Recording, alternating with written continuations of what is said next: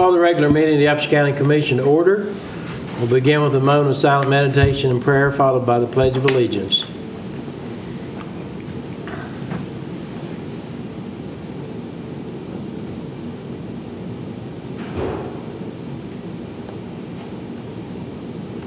Amen.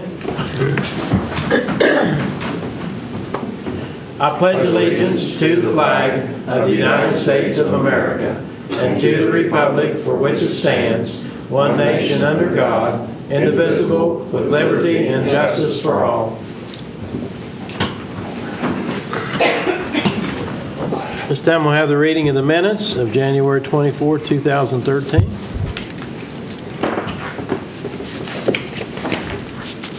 County Commission of Upshur County, West Virginia held their regular meeting at the Courthouse Annex on Thursday, January 24, 2013 at 9 a.m. Donnie Tenney called the meeting to order. There were present Donnie Tenney, Commissioner, J.C. Rafferty, Commissioner, Troy Brady, Commissioner, William Parker, County Administrator, Megan Pomeroy, Assistant County Administrator, and Jacqueline Dinklocker, Secretary. The meeting began with a moment of silent meditation and prayer, followed by the Pledge of Allegiance. All motions were passed unanimously unless otherwise stated. After reading of the minutes, on motion by J.C. Rafferty, seconded by Troy Brady, the Commission approved the regular meeting minutes of January 17, 2013 as submitted. Laura Woods, Director of Randolph County Senior Center, was unable to appear due to inclement weather conditions and will follow up at a future meeting. After discussion on motion by J.C. Rafferty, second by Troy Brady, the Commission approved Sharon O'Hearn as intern for the Office of the Upshur County Sheriff, effective January 17, 2013.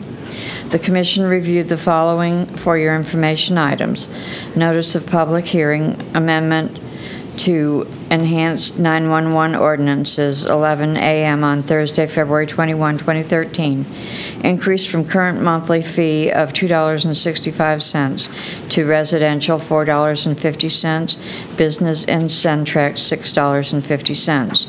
William Parker provided an update/status report on current and projected revenues.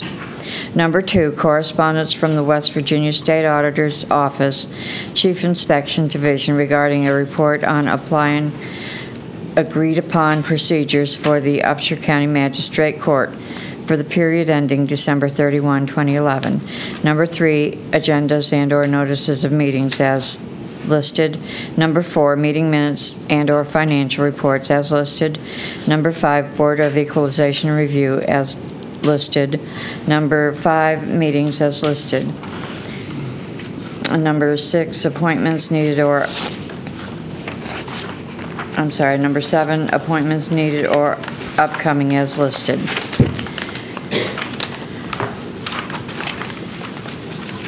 Joe Layton, Red Clay Development of West Virginia, LLC representative, appeared before the Commission to request a letter of unqualified support from the Commission. Mr. Layton appeared before the Commission on November 8, 2012 to discuss a potential for developing multifamily housing units for tenants with specific income levels. Mr. Layton has conducted a preliminary feasibility study, and the letter of unqualified support is the next step in obtaining funding for the project. The Commission heard comments from Jody Light, representative of the Upshur County chapter of the West Virginia Landlords Association, Matt Kerner, Opportunity House Director, Steve Foster, Upshur County Development Authority Representative, and Rick Edwards, City of Buchanan Planning Commission member. Mr. Kerner and Mr. Edwards pointed out that there is a need for low-income housing. Ms. Light noted that the assessment of need was based upon the 2010 census and cited vagueness of information as a concern. Ms. Light urged the Commission to defer action for a more comprehensive needs assessment. The Commission recessed at 10:20 a.m. The Commission reconvened at 10:30 a.m. At 10:30 a.m., the Commission held a public hearing on the request from the City of Buchanan for a minor boundary annexation for the West Virginia Army National Guard location Upshur County Wellness Complex and related property for utility right-of-way in the Brushy Fork area. Sam Ludlow, City of Buchanan Sewer Department Director, provided an update/status report on the proposed annexation. The Commission heard comments from Michael Doss, City of Buchanan Administrator, Kenneth Davison, City of Buchanan Mayor, and County Resident Dr. Reed.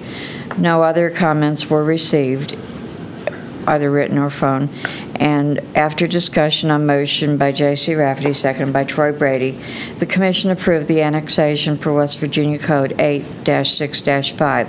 The public hearing concluded at 10:55 a.m. Terry Gould, Tennerton Public Service District Manager, appeared before the Commission to review information concerning the request for a boundary adjustment to increase their service territory, Red Rock area, Lawrence area, Finks Run area, and other areas west of corporation limits.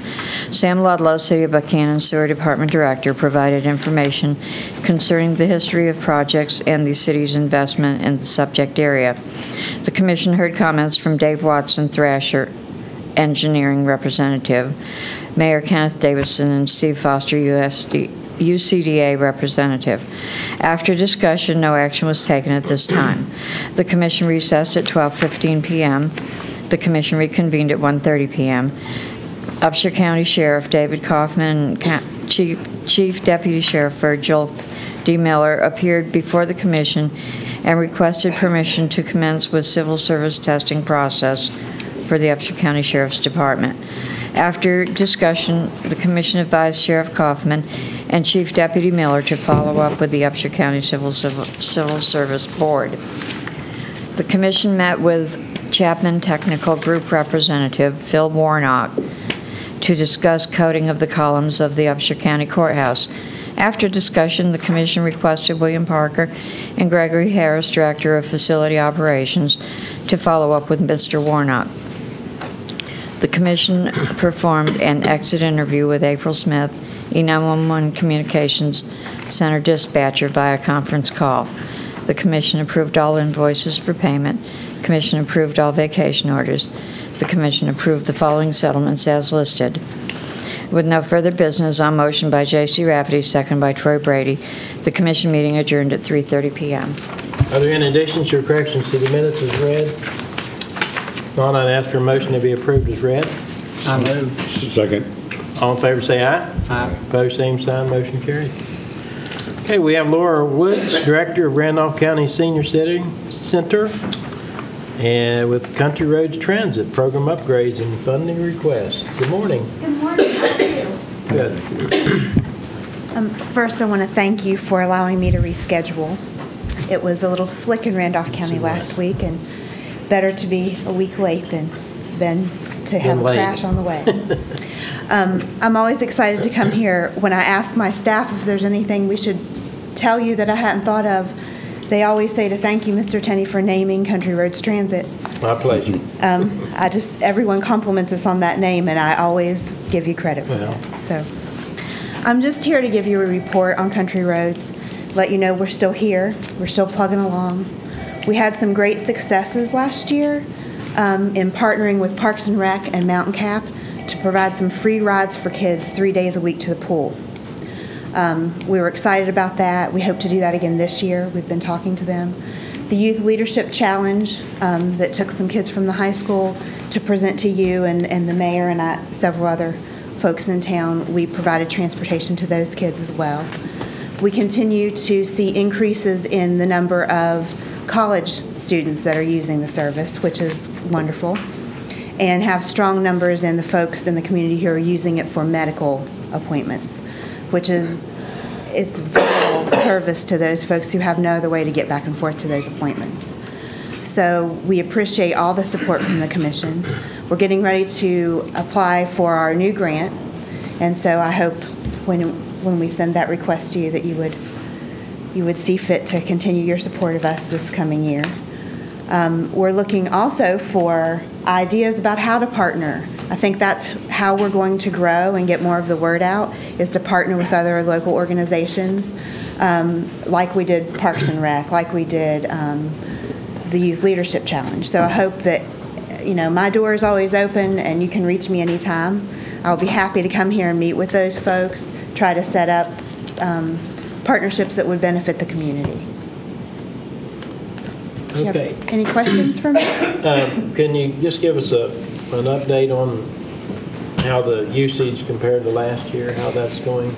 Between fiscal year 2011 and 2012, which ended last summer, we actually saw a decrease in the number of people using the service. Though we saw an increase in the people in Upshur County using it for education purposes and for employment purposes, we did see an overall decrease. So that's why we're trying to initiate partnerships. We've tried a few things in our history that haven't worked out, and so instead of giving up, we think we have to plug along and find a way that does. It's a vital service for the community, and we don't want to give up on it. So, for instance, in the very beginning, we had the Buchanan Shuttle, and we had sort of a route, and that wasn't serving people here the way it needed to. We just weren't getting the participation, so we went to a demand response, a call and get a ride wherever you need it service. And that benefited us, benefited the people of the community. We had more time to get them where they needed to go since we were spending less time running on a particular route. Those are the kind of adjustments that we hope to make. We anticipated last summer with the pool run that we would have a second van over here on those days. And we will, if we're more successful this year, we transported a lot of kids last year. And if we have any more than that, we will definitely bring a second van here for those days at least. Something we've talked about in the past, and I don't know if you've tried it or done it or thought about it, was getting people to work. I know that's before your normal hours, and if you picked them up after work, that's after your normal hours. But is that something that you've looked at closely? Yeah, it's difficult because of the cost benefit, unless we know, and we've done some studies in Randolph County about trying to get people back and forth to work. It doubles the cost of your personnel costs, basically, because we'd have to have a whole other person. We don't want to give up the hours that we're running now for folks who have to get to medical appointments or back and forth to class for the kids at the college. But yes, we will consider it. It's very difficult. People who we found that wanted to ride to work lived in the farthest areas away from center. So it's very difficult without a fleet of vans going in all different directions to bring them in, and then it's simply not cost effective enough for us to do that. Right. But we are always looking at opportunities. In Randolph County, for example, we have a guy who's starting at 6 o'clock, a driver, starting at 6 o'clock in the morning, because we are now transporting some kids in the Youth Build program who need to be there at 7. And then those kids don't go home until really that driver's not back till after our normal hours. And we're doing that, and we were able to fit that in with a part-time driver. And we would look at those sort of things here. If we had a concentrated group of folks who wanted to go from French Creek, say, to Trust Joyce, we could do that. We could transport people. Okay. Lots of opportunities, just finding the ones that's economically feasible. That's right, and working at it hard. Right. You gentlemen have any questions? I think it's a good service. And with the economy like it is and the price of gasoline, I'm sure it's appreciated by those that utilize it that can't afford a car or gasoline. Absolutely. So. Not to mention all the insurance costs that go along with it. Right, all the other associated costs. Right. Well, thank you very much. Thank you. Thank you for having me. Thank you. I'll have to give Rick Edwards credit for the bus going to the pool, because that's something it was his brainchild, and worked on very diligently to get that done, so we're glad that's successful. So, okay, it's not quite 9:30 for our extension service, so we'll move down to item 2, since we have folks from the city and we have Terry here.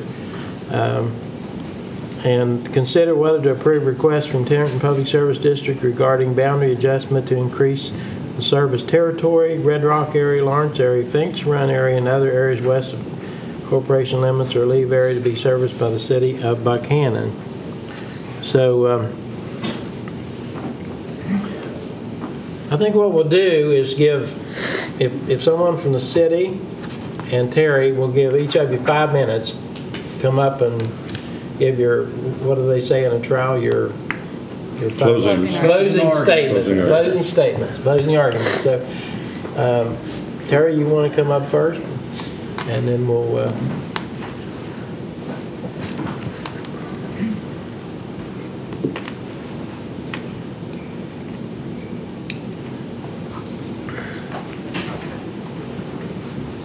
I really don't have a whole lot to add. Situation with the boundary territory, that was originally our territory in Tenderton PSD. We felt there was a definite need in that area. It is a growth area. And we looked at it, and the Phase 3 project, which would be Hickory Flat. Hickory Flat is a much more complex problem. Lawrence is concentrated. Maine is going out there, even though the city is partly in, which wasn't to our agreement at that time. But, you know, the area by the equipment division and all. I just feel that Tenderton PSD is ready to move, and those people will have sewer. My question is, how long will it be till each individual resident in Lawrence has sewer service with the city? We're ready to go with our project. okay. Any questions for Terry? Do I understand, and again, I've been here 2 years, but apparently there were some agreements or readjustments of the public service district and the city boundaries at some point. When did you stated here a couple of minutes ago that Tenderton had at one point that territory, and then at some point in time it must have been readjusted from Tenderton. Right. When was that? When did that occur? How long ago? 1995, and then when the opportunity come to put sewer up Brushy Fork. 1995. That's 95. 2005. It's almost 20 years ago. Yeah. Right, 18 years ago. Thank you. And at that time, an agreement was made with the city if they could expeditiously put the sewer service in at that time up Brushy Fork, we would have no objection, of which at that time they did. And it was at the same time that the Lawrence area was That's the same time. readjusted, removed from your... Right. Mm-hmm. And at that time, I may have been, Willie said I was at the meeting, but the Board of Tenderton PSD strictly objected to the boundary change and was not a party to it.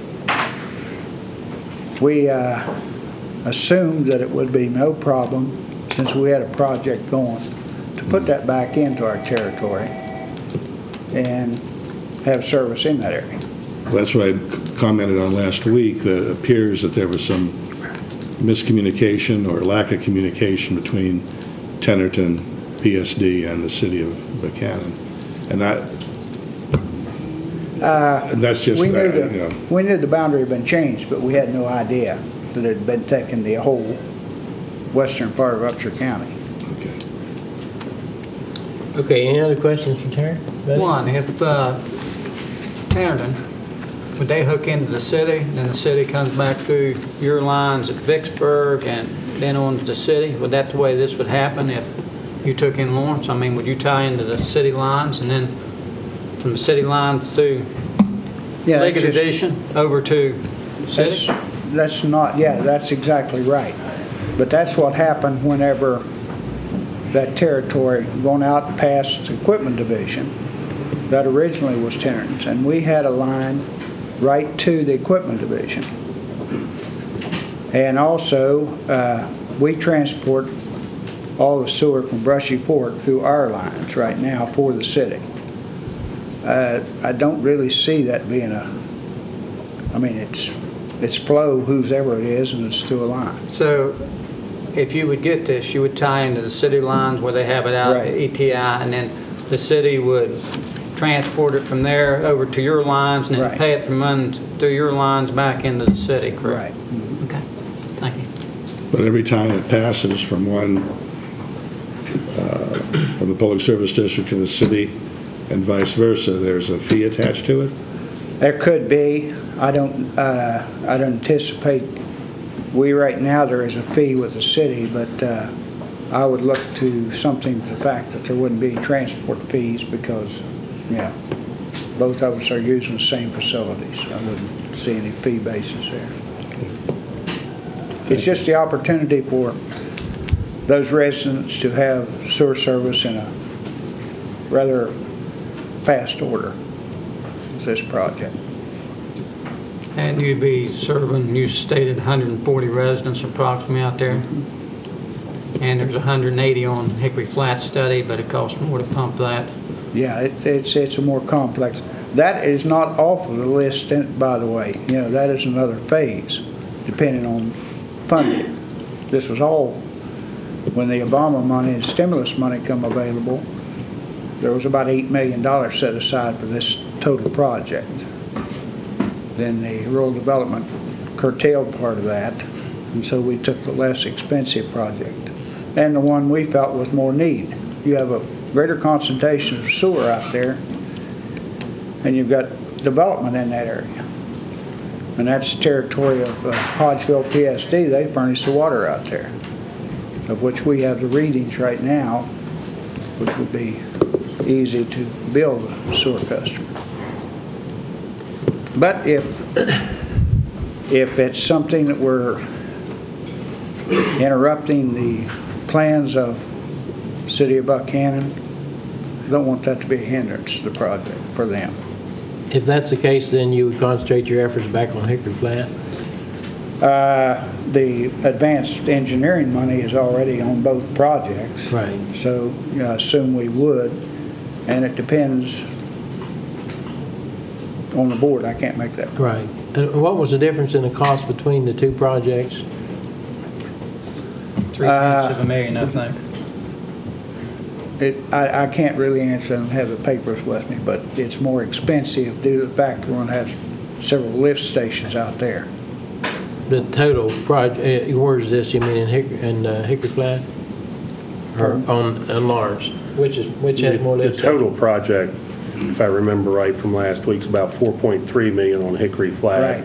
about $4 million on Lawrence. That's The correct. cost per customer is lower in Hickory Flat, higher in Lawrence. It's just due to the customer count number. Hickory Flat's going to require a lot of what you call 2 or 3 house grinder pumps, Right. and there'll be several of them out there. In Lawrence, I think we're very few out there. But your cost per customer would be less on Hickory Flat. Yes. Any other questions? No. Okay. Thank you, Terry. Okay. Now, Thank you all. who wants to give their closing arguments for the city? Sam, you're the engineering lawyer. Yes, I'm the representative of the sewer department. Like Terry, I don't have a whole lot to add to what we had to say last week. I think this has evolved in a series of events, not just an event.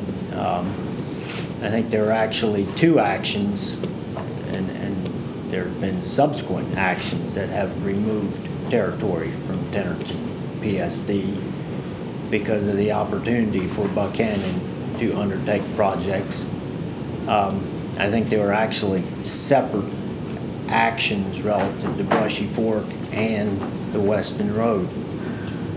And as I noted last week, we had started out looking at Brushy Fork, and then the focus had changed to provide sewer on the Weston Road because of the events with ETI, Upanor, the plastic pipe, and their opportunity to expand.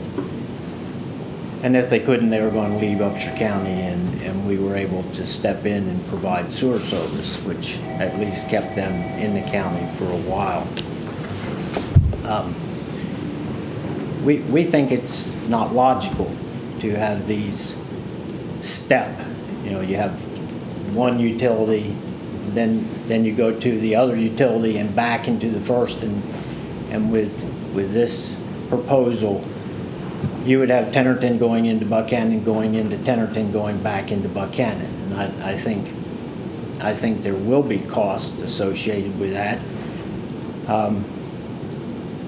We certainly charge Tennerton for transport of their sewage and for all their connections, and they charge us for transport through their interceptor through Liggett Addition.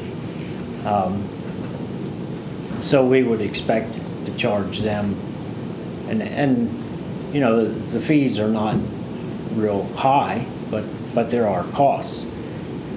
And I think that responsibility is as much an issue as that cost.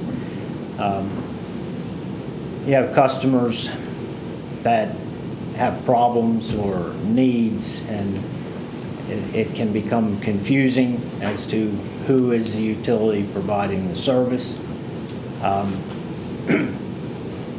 who's responsible for the issues that might arise if there are problems with capacity or extraneous flow.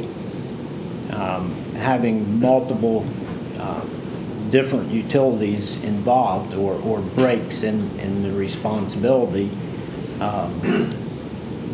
creates opportunity for indecision and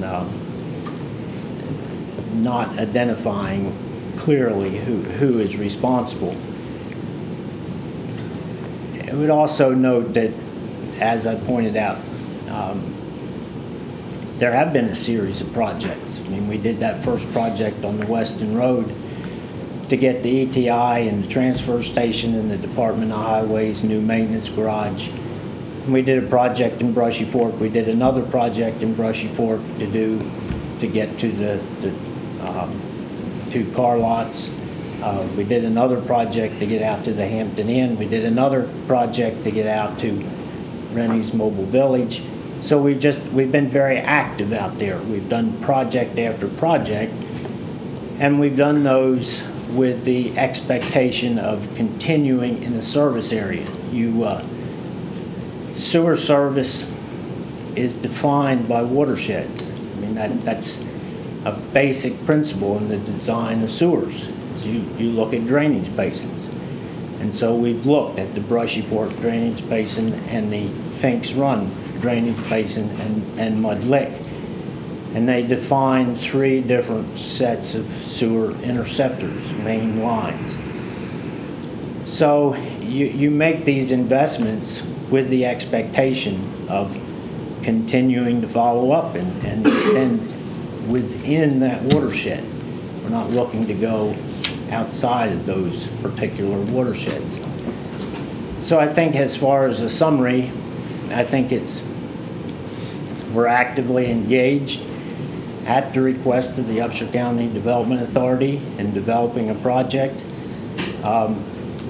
particularly to go to what was the Windemar property. We think that we can provide more effective service. We've been actively engaged. We don't think that it's the best arrangement for service to the people in that area to segment the service arrangements. Well, let me ask you a question, Sam. What Terry talked about the 140 residents in Lawrence. What would be the city's projection as far as being able to service those 140 customers in that area? Well, our active engagement right now is looking to make another extension. I mean, we've done this in a series of activities. We're more oriented to do maybe smaller projects, but continually doing projects.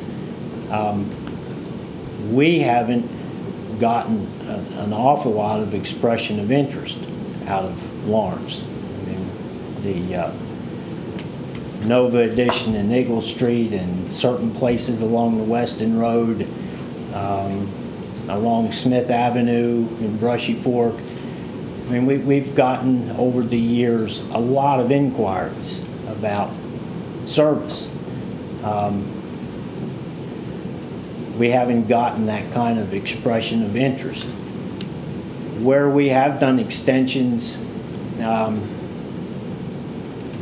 you don't always get enthusiastic response from potential customers.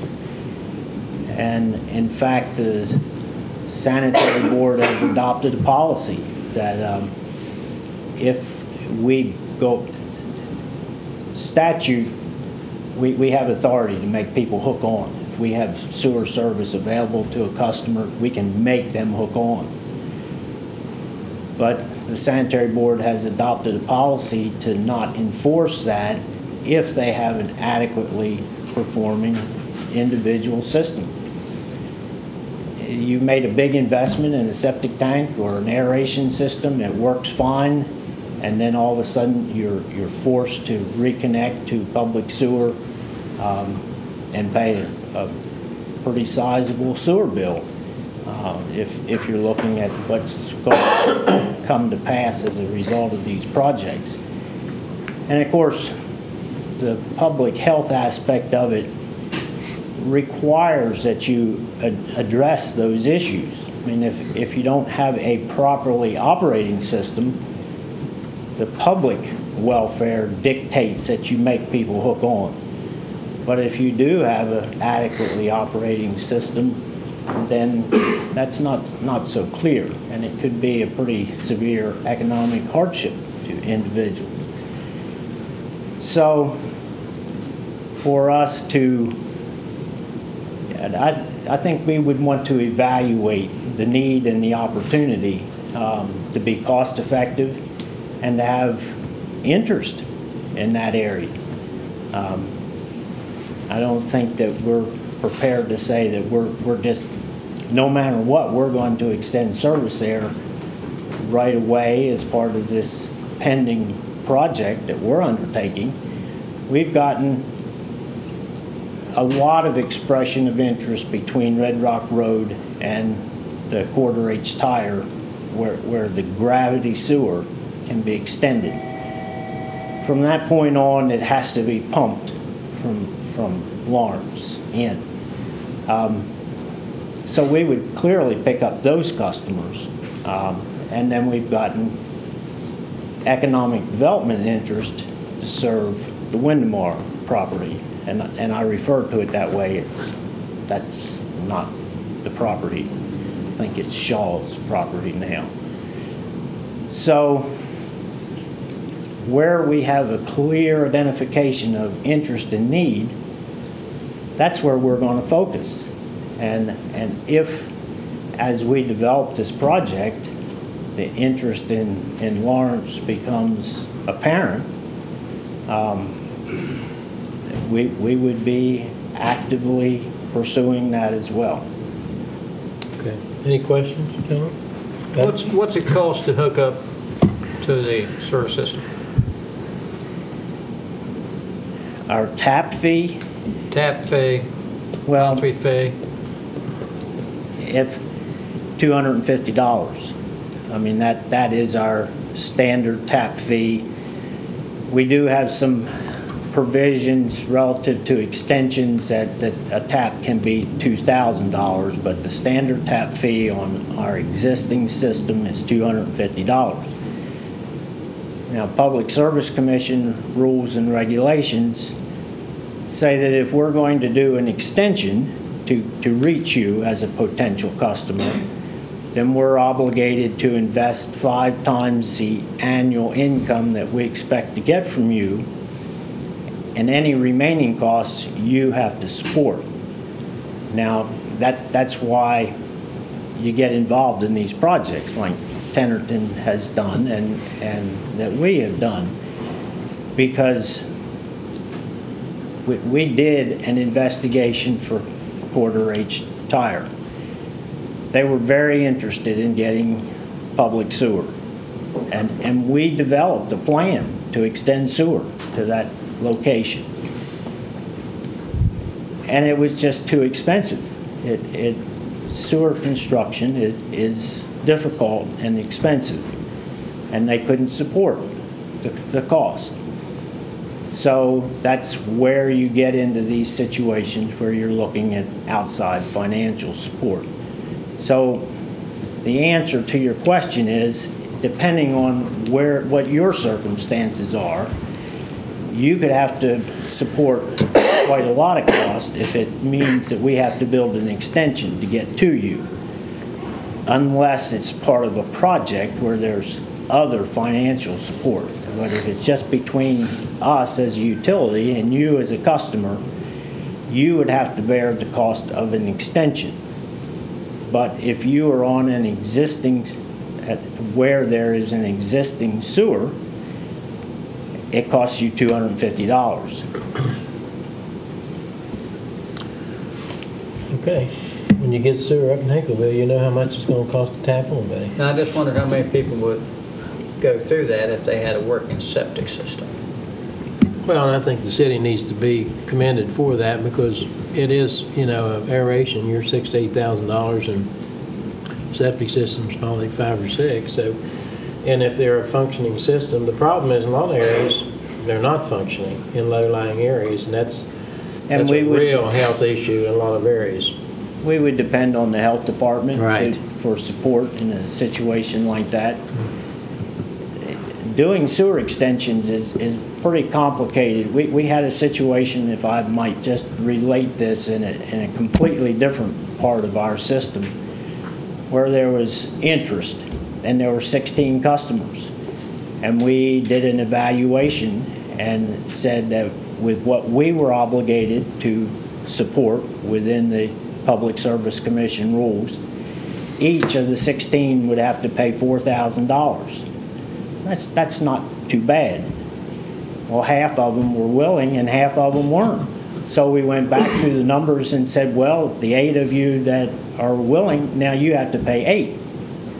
And, you know, it deteriorates, that it doesn't work.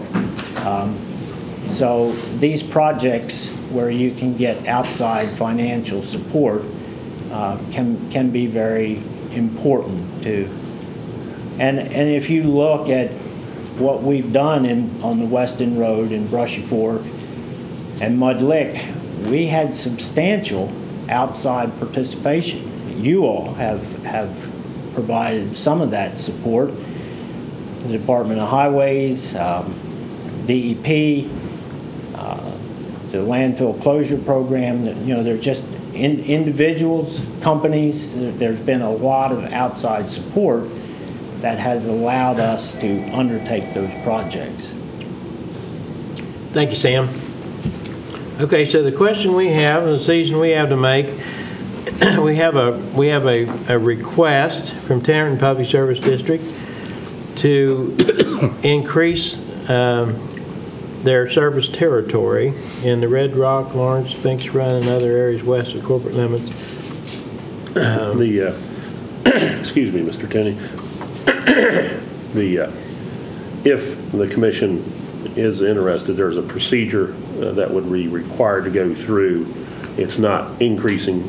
I should have worded the agenda a little different.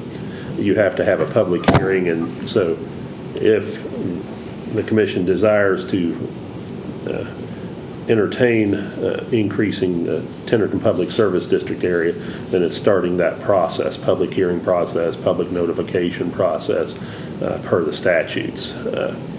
If the commission desires to leave it, not entertain that request to leave the area to be serviced by the city of Buchanan, it would really take no action on behalf of the commission because there would be nothing, no process to start.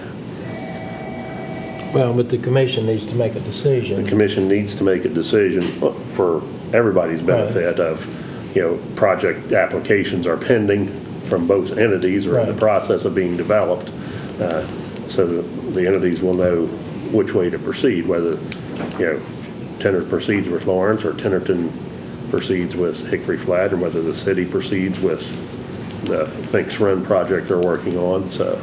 Okay. Well, so the motion could be either way. It has to be a positive motion, so the motion... Tabled, you could also request it to be motion to be tabled. Well, I think we just need to make a decision today, and so everybody knows. I think that's what everybody wants to do. Is But by tabling it, you today. make a decision, I think is what Willie's saying. Yes, if you would, table it or postpone, then the area would remain in the city of Buchanan. If the commission took no action to start the hearing process to increase the size of the Tenerton Public Service District, the area would remain in the city of Buchanan as it is now. So then, the legal action the commission would need to take would be to do nothing? To take no action. No action at all? Correct. To table it. Well, Yes, to table it or postpone indefinitely. all right. So do we have a motion to table or postpone indefinitely? I'll make that motion. Do we have a second?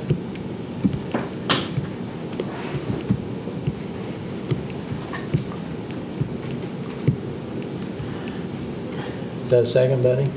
I haven't made up my mind on that second Well, you yet. can second it and then vote in however you want to.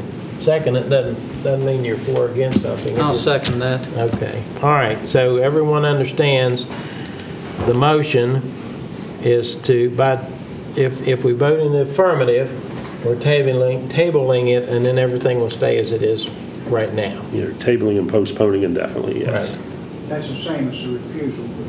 Right. That's basically what the end result's going to be. It's going to be, we'll leave it the way it is now, which is in the Buchanan territory. Any questions on the motion before we vote? All in favor say aye. Aye. Aye. Opposed? You have to vote one way, buddy.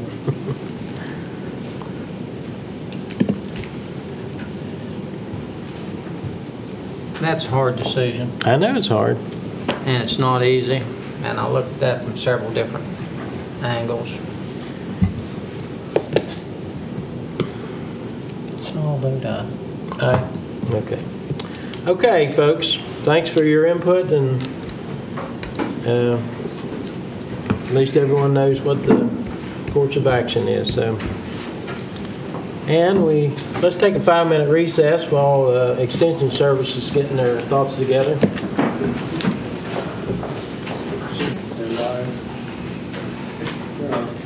Okay, we now have Gary Rapking and/or Craig Creaser, West Virginia University Extension Office, review options for replacement of staff member due to retirement. So gentlemen, if you'd like to step up to the podium, we'll give you the floor and the podium. Just temporarily. Well, good morning. Morning. Talked to Willie a couple of times and talked to a couple of you. So what Jill's done kind of last minute, we probably should have put a little more thought into this, was to give you a little idea of some of the things she works with. I'm sure some of those aren't real clear, but I guess the intent of that was to give a sense of the breadth of programs that she has some oversight. I'm not sure that it differs much from other offices, but she does have her day's not the same anytime she comes in, so there is a goodly number of activities and organizations she works with. My understanding is that you're looking at multiple hires, or maybe at least 2 people working the position, or in some combination of how you would use 2 people, or perhaps hopefully still on the table, something very similar to what we have now with hiring Jill, with the benefits and compensation that you give. I certainly understand your job, and as you said, it's tough making these decisions. And I think it's a little tougher. You've got your you've got your county offices that you know are county offices. I mean, they're in the courthouse. They're purely county, and then you get folks like us that we see ourselves as Upshur County Extension Office, but we receive funding from other directions, and so it makes it a little more complex, and probably in situations like this, it makes your job a little harder as far as how you go about filling positions. To do my job, I do need to make clear we would like to see the possibility of hiring one person similar to what we have with Jill, if there's any way that the commission can see to do that. We just think that with the particularly as good as Jill has been, and particularly with the diversity of the programs she works with, or whoever's going to be there works with, we just obviously think there would be less confusion, and our office will be better represented that way. But that's not our call. Obviously, that's your call. I will put before you, just again trying to do my job, that for the last 5 years we've come before you and not asked for any additional monies from you except for the personnel where that raised. We understand, we get pushed sometimes from WVU and others to say, we look good when we come and say we got this much more from our county. But Craig and I have just never been the belief that we need to be going in and asking for more money just because. So we think that it would look good on a record, or there may be things we could do with that, but we felt like we could function with what we've been receiving. We certainly do appreciate what Upshur County has done. There are other counties. This is a tenuous situation sometimes within counties when you have an organization like ours that isn't purely county. And boy, it's been a great relationship within Upshur County over the years. And wow, what a great facility you provided for us in order to carry on our programs and make them very effective. So all that is much appreciated. So we do, and as I talked, I think, again to Willie about this, we will come in here in a few weeks when we decide to put it on your schedule.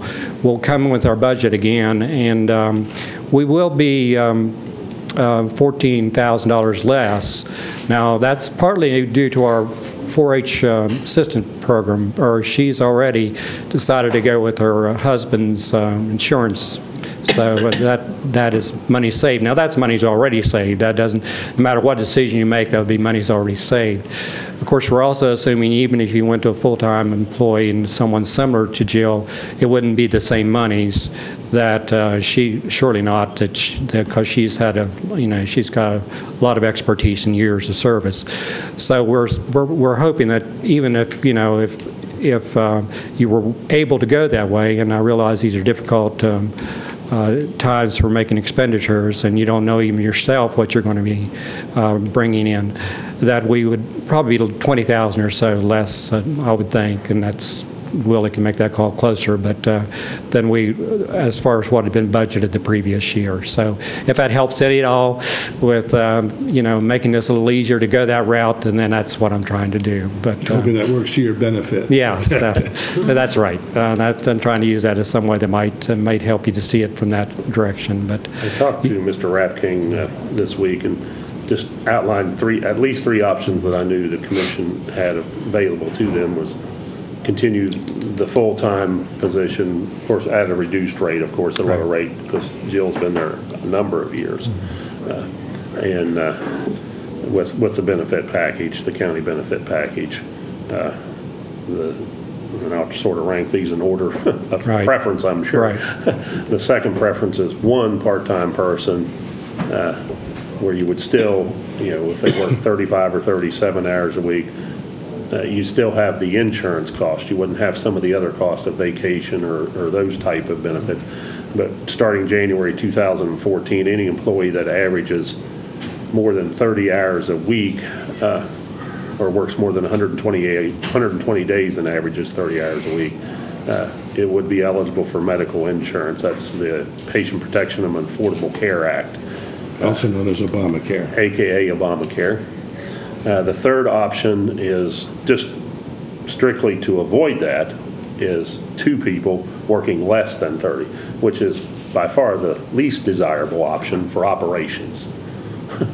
One of the concerns, I think, one of the concerns that you've expressed in the past, not just on this particular issue, but on similar issues, is that the impact this would have on our overall insurance program that we are with, that we've almost got to the point where our plan is based on 100 or less employees, if I understand. Yeah, and in this situation, if you replace one for one, it would not have any effect.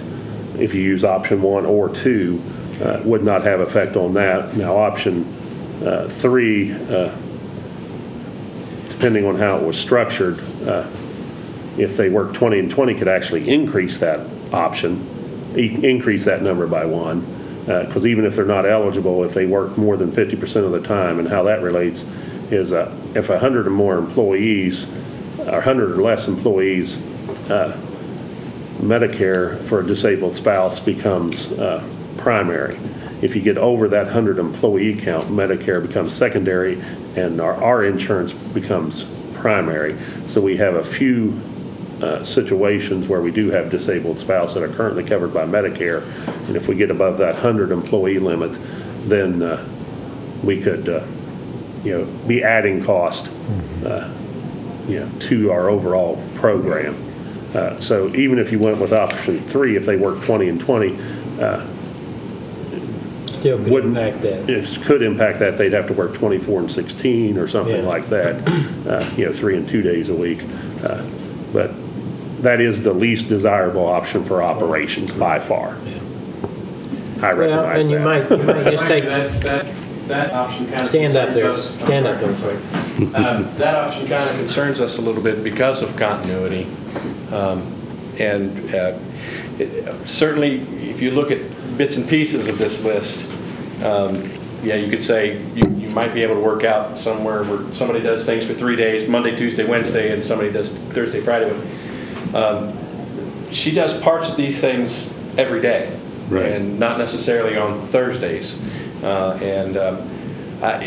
Just having 2 folks trying to keep track of who's done what, or in a worst case scenario, leaving something go so the other person has to do it, those kinds of things. It's not the most efficient way to work. Right. So that's our big concern with the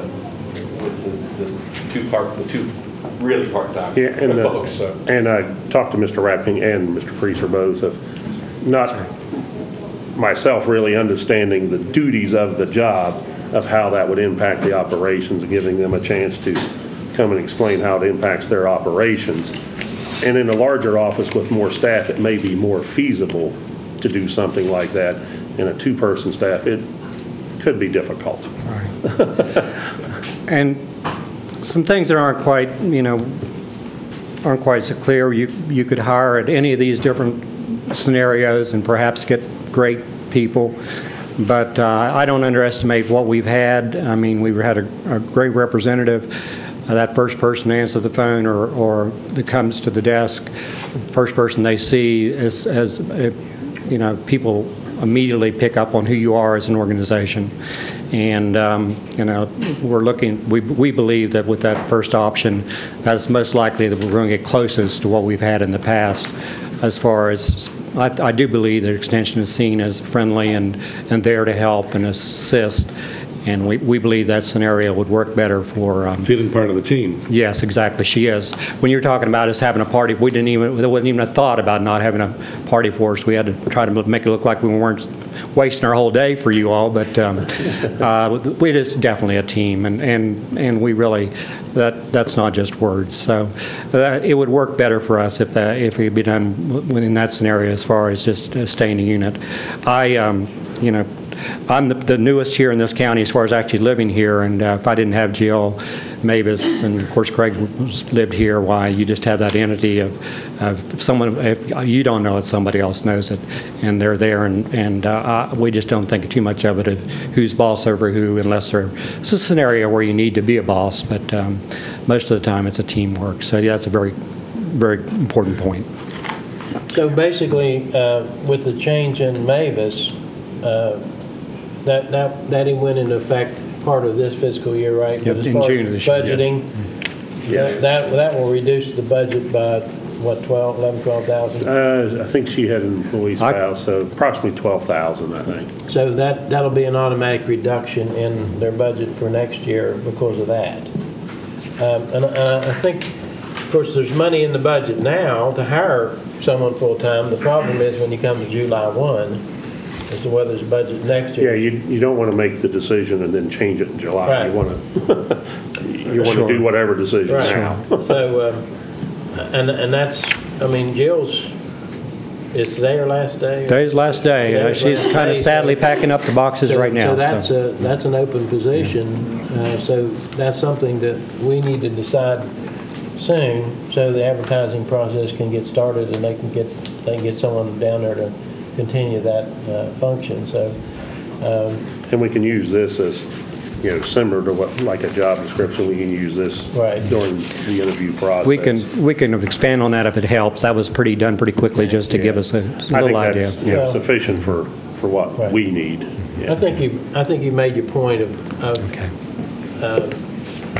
how much more beneficial it would be to have someone in a lot of respects, because if you hiring part-time people, 2 part-time people especially, but I think your quality of applicants is going to be higher if it's a full-time position compared to part-time. You have 2 people working, then you've got that, well, that wasn't my job, that was theirs, and sometimes things don't get done, or That's what we there's fear. conflicts there. Yeah, that's what we fear. So that's something we'll consider here, and then Willie will let you know as soon as, but I think that's something we can talk about here today. We need to move along because he's only got 10 minutes because Virgil's coming up with a gun at 15 after 10, so. You don't care, do you, Tim? I'm just trying to find a warm place to sit. There you go. We'll get you another cup of coffee and you can stay for another hour, Tim. Well, we appreciate your time. Thank you We very appreciate much. your support in the past, too. Appreciate you all coming up and explaining the situation. Okay, now we have Timothy Higgins. He wants to talk to us about our membership in the County Commission Association and West Virginia Association of Counties. So, Tim, if you'd like to step up, we'll give you the podium at this time. Thank you. Pleasure to be here and a pleasure to see you, buddy. I'll keep this short. You have a lot of options in pursuing what avenues you need to do to lobby in Charleston. The 2 association that you belong to, I believe that there are things on their legislative support that maybe are not good for this county. Of course, I haven't seen the way legislation is coming through. There's other legislation that comes up every year at the State House that is good for this county, and I don't see anything that specifically addresses that. So the question I have for you is, why do you just belong to these 2 lobbying organizations when you can belong to the Surface Owners' Rights Organization, which promotes the well-being of people that are getting their property drilled on? Why don't you belong to the American Heart Association that has a lobbyist to promote better health? There's hundreds of different lobbying organizations that you can belong to. So to do this seems to me to just be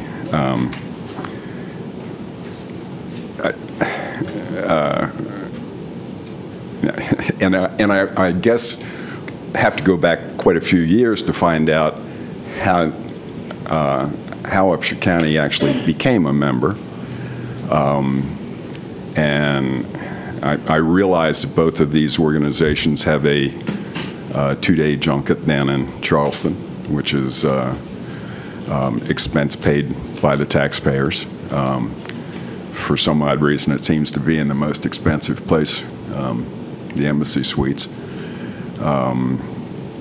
I have never seen a report from anybody that goes to these things as to what they learned. And in the case of the County Commission Association, as I read their new legislative proposal platform for 2013, again, I look at this, kind of scratch my head, and the very first one is county officials compensation legislation supports initial bump up and future review mechanism. That's self-promoting, obviously, but it seems to me that the monies that are expended to these two organizations can be a lot better spent, especially with the two annual meetings that they have during the legislative session. So I guess I would ask you at some particular point, because as I understand, these don't come up really until July for renewal. Yes, we receive invoices June time period that are due July 1st. Right, and so I would request that before that comes about, that you take into consideration possibly dropping this, unless you add other organizations that actually help more citizens, and I'm not suggesting that these are bad. I'm not suggesting that they're great, but anybody can lobby the legislature. All you have to do is pick up the phone.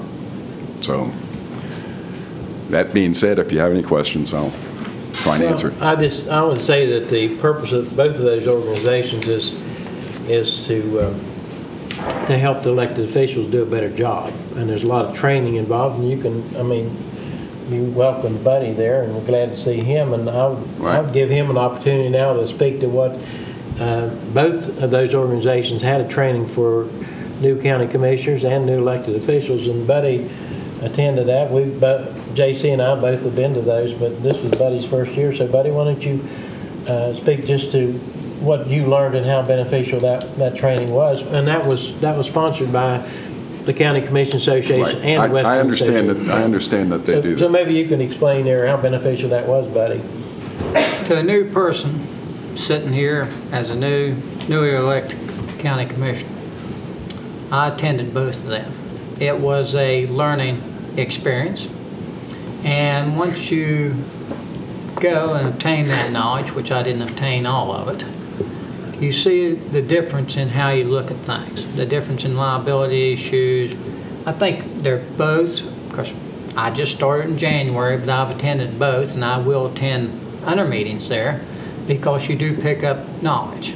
Also, it's beneficial to be with other county commissioners to find out what they're doing in different counties, which may tell you something we need to do here in Upshur County to make this a better place for our citizens. So you pick up knowledge that you wouldn't have if you didn't belong to them organizations. Now, as far as lobbying goes, I agree with you, and the counties get together and we sit around here and see how we can make things better. But for being a newly elected county commissioner, it was a learning experience to me, and I'm glad that I had the opportunity to go to both of them. I'd like to comment as well. Well, and I might say before JC comments, he's on the County Commission Legislative Committee. I understand that. And I'm sure he's going to speak a little bit to that. I think, one, to identify those organizations as strictly lobbying organizations would be a misnomer. There is a bulletin board that a day does not go by without some commissioner somewhere in the state posing a question for other commissioners. How do I improve this? How has anyone ever thought of this? These various issues. And it provides a forum, as Buddy's indicated, for commissioners to interact with each other on the internet to discuss ideas. Now, as for the, quote, lobbying aspect that you focused on, there are certain aspects that, yes, the County Commission Association or the Association of Counties take positions on. one position that we take on and take very firmly is that no unfunded mandates be provided to the counties. That is a across-the-board position that the County Commissioners Association has established. And you have the states, if you recall, complain that Congress passes legislation, but no assistance in providing funding. Where does that funding come from? If the state of West Virginia is obligated by the Congress in order to facilitate certain federal programs, that you have to provide X dollars of matching funds. The same thing happens on the state level. The state legislature will pass legislation, send it to the counties. An example is 911 fees. 911, the concept of establishing a addressing and mapping system for the purpose of assisting with emergency services, police, fire, ambulance, is not something that originated in Upshur County. It is something that originated in the legislature. And you may disagree or agree with the concept that's proposed. We as commissioners have no means by which we can refuse legally to comply with. We can file suit, I suspect, if we chose to in some court, but that would, again, the inevitable would be, I think, that most cases the legislature will win because they have the authority to pass those mandates. It is our position across the board that when legislature passes and enacts laws that impact on the counties, that require us to take county taxpayer money to expend in those areas, they should provide some sort of funding. That isn't always the case. That's a general across the board. There are other positions that are taken on a case-by-case basis. Now, we as Upshur County Commissioners, the three of us, we could travel down to Charleston, or up to Charleston, down to Charleston. Some people say up to Charleston. I always say down to Charleston normally. We could go down there, each of us, in total or one at a time, and talk to our legislators or to the executive branch to lobby for legislation which would be beneficial. Cost of incarceration, that's a top issue right now. Mm-hmm. That's costing counties. We spend, what, about $500,000 a year in funds out of our budget to provide funding for the incarceration of county prisoners.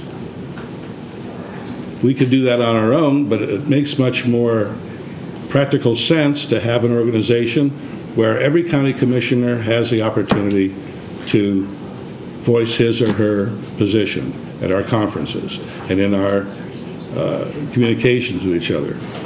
And that speaks more firmly than just a commissioner from Upshur County going to the legislature and saying there needs to be some remediation from these costs, or there needs to be another means by which we can offset these costs than strictly transferring county dollars to the Department of Corrections or to the jail authority, regional jail authority. So that is the purpose of these organizations, not strictly a lobbying organization. Let me ask you a question, J.C. Is there a mechanism, since you are on the legislative committee for the County Commission Association, for us as citizens to give you... You are standing right there now. If you chose to come to our commission, as I am a member of the executive or the legislative committee, you could make a proposal to me. I would present it to the board at the annual meeting. And if it were, but that only comes in once a year, right? Correct. But I've taken, for an example, the concern of volunteer firemen, the lack of volunteers, the lack of people participating in volunteer fire departments, which is critical. It's critical on two phases. One, for public safety, but it's all critical on insurance rates. If people don't realize that if we did not have these volunteer fire departments out there, their insurance rates would skyrocket. Many of them would not even be able to afford to have insurance on their residences. I went down in discussion with the fire departments, and I went down, and at one of these meetings, I might add, that we had, I happened to have a meeting, a contact with a county commissioner in North Carolina. The county commissioner of North Carolina and I were discussing mutual interest. He informed me that they have in North Carolina a pension fund, paid by the fire departments that over a period of 20, 25 years will give a very small pension to volunteer fire departments. I took that proposal down to the County Commission Association meeting and asked if that could be something that we would consider supporting in the event the Firefighter Association or other public officials supported it. Would we support it?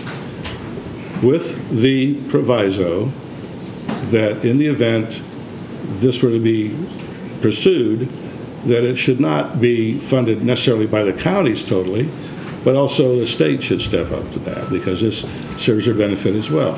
So there are mechanisms for citizens to bring information to the elected officials, to propose legislation. I cannot guarantee that the other commissioners on the board would say, yes, we agree, or no, we don't agree. And but that's a matter, at least it is there. Congress, you can take a look at any legislative body, and there's going to be disagreement or lack of support for particular initiatives. Let me ask you about the forum. The forum that you mentioned. Forum.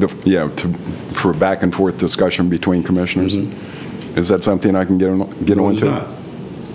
I can explain that. My own reason why. It might not be the only reason, but my purpose is, of late, there's been a lot of discussion in Congress on the executive privilege of the president.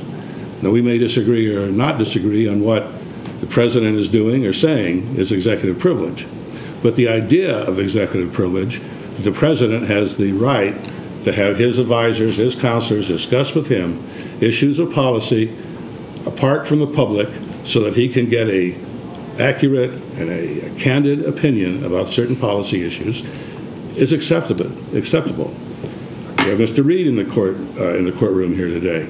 As an attorney, you are aware that there are in-camera hearings between the judge and the attorneys, which the public is not into, which the press is forbidden to go into. You have in the press, you have in some states, I understand not in West Virginia, but in many states you have a shield law where the press cannot report to the public or does not have to open up their sources and whatnot to the public. There are many instances in which government performs its initial functions without total public scrutiny, and the reason for that is, an example, if a county commissioner in X county wanted to put something on the website saying, well, what do you think about this X position? There should be a means by which other individuals in elected office of the same position can discuss those issues candidly, because you know and I know that bits and pieces and snippets of this, that, and the other, people will form opinions which are totally contrary to what the intent of the question would be. And for me to be able to ask a question candidly of my other experienced or more experienced commissioners, then I want to be able to get their best response, not being fearful that in responding to me either positively or negatively, that it's going to embarrass them or it's going to embarrass me needlessly. Tim, is there an issue, a concern that you'd like to? Yeah, I mean, the fact is that both of these, both the web pages, it's a member login. Right. So, but it's taxpayer money, and to have, sunshine's the best disinfectant. If you're spending taxpayer money, then we should be able to see everything that's on that web page. That's the whole thing. That is not a government entity. If you're responding to if you're typing an email here, then I can get that through Freedom of Information. You know that. You have your access to it. So, and but in order to be in a timely fashion, the whole issue of being able to find out how we're spending the money and what it's going to, and I personally, I'm a politico. I like to, I like to delve into this stuff, and I like to see what's going on. I can't do it on this site. So the question is, right there is blatant, that you belong to an organization that you're spending taxpayer money on that is non-accessible to the general public. Now, that's all. That's really what it comes down to. And if, when it comes up for renewal, I wish you would certainly think about maybe dropping this. Not every county in the state of West Virginia belongs to either one of these. Maybe a better solution would be for you to contact one of us and request that at our board meeting, we make a motion to open it to the public. Maybe that would be more practical. You mean to what, to these organizations? If your concern is, based on what you're saying, why not request that we consider, or that we propose, or that we bring to the attention of the board of directors your proposal, that it be made available to the public? I don't know that it would pass. Well, it's not going to go. You know that it's not going to go anywhere. That's just not going to happen.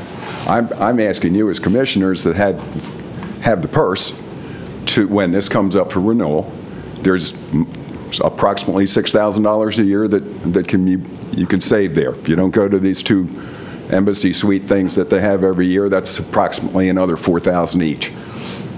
So, you're looking at $14 grand. Well, they're both not the MC ones at the Marriott.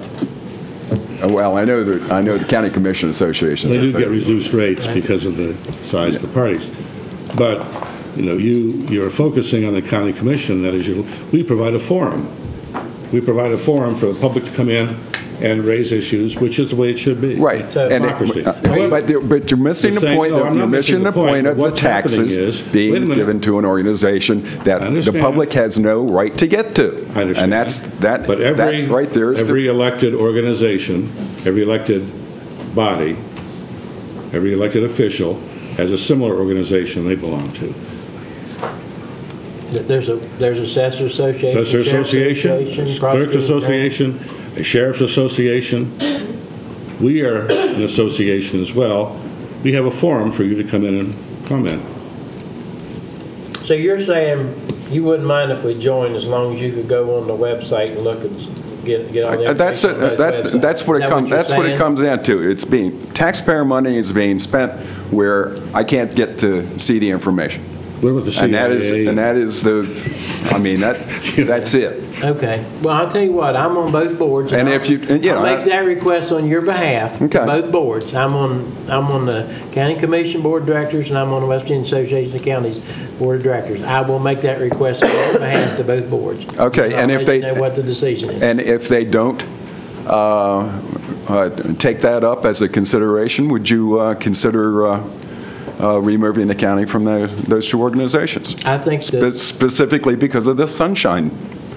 If there were an issue with the sunshine law, there would be a law on the book that requires them to make their public can't get known. to. I'm sorry? It's taxpayer monies being spent that the public can't get to see. And that's not right. It's never been right, and it's still not right. You have the option to file a freedom of information request. Actually, both of those organizations are not governmental agencies, public bodies, not subject to the Freedom of Information request.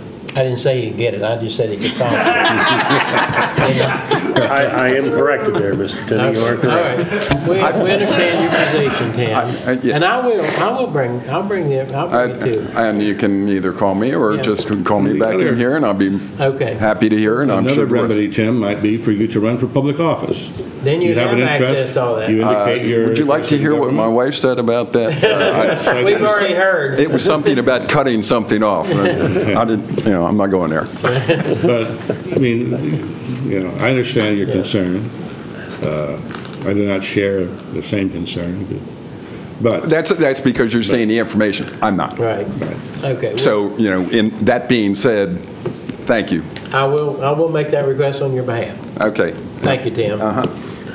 Okay, we now have Virgil Miller, Chief Deputy Administration, requests retirement service credit for sick leave earned as Deputy Sheriff. morning, Virgil. Morning, good morning, good morning. How are you all this morning? Oh, we've had an exciting morning. Well, that was pretty good about the freedom of information. You can request it. That don't necessarily mean you ask. Isn't that true? That's true, yeah. I don't actually know where to start, but this is a follow-up from 2 weeks ago when this is my fault because I looked at the policy manual and thought this is fairly straightforward and to the point when I submitted a letter, and I'll resubmit my request. Said I'll submit paperwork for, I'm submitting paperwork for retirement. I was employed deputy sheriff from April of 80 through December of 1988. During that time, I accrued sick leave, and I asked that per the employee manual titled Retirement, paragraph 2, page 15, the elected official may be given credit for up to 120 days. I have attempted to determine the exact amount, but have not been able to determine the exact amount of sick leave which I accrued. I therefore ask that the Commission allow 120 days be credited toward my retirement under the West Virginia State statute in the county policy. That is the initial letter I submitted, and I think it's a fair statement this morning to say that if there's any disagreement that I'm joined in that motion, if you will, by Mike Kaufman, the magistrate, Helen Phillips, our assessor, and Debbie Wilfong, our county clerk, because they feel they are in the same position that I. And based on looking at the policy manual and our discussions, and I will call back to August of 2007 at a policy board meeting when Ms. Phillips was actually adamant and raised this issue of the retirement being credited toward, or the sick leave being credited towards your retirement. It's my understanding, as I recall, that if we could not show how much actual sick time we have, which I will present to the court, that we have never been able to produce those records. The county clerk's never been able to produce those records of the amount of sick time any of us have accrued. And by agreement at that meeting, as I understood, if you could not, you would be given credit for 120 days. And I believe the 120 days comes from the fact that at that point in time that I worked in the 80s here as a deputy sheriff, sick leave was capped at 120 days. That's all you could accrue. You could be here 20 years, and at that point, you accrued 120 days, and that was it. You could not accrue anymore, or you couldn't bank anymore. Okay? And based on it, that's why I submitted the letter requesting the 120 days. 120 days be credited toward my retirement.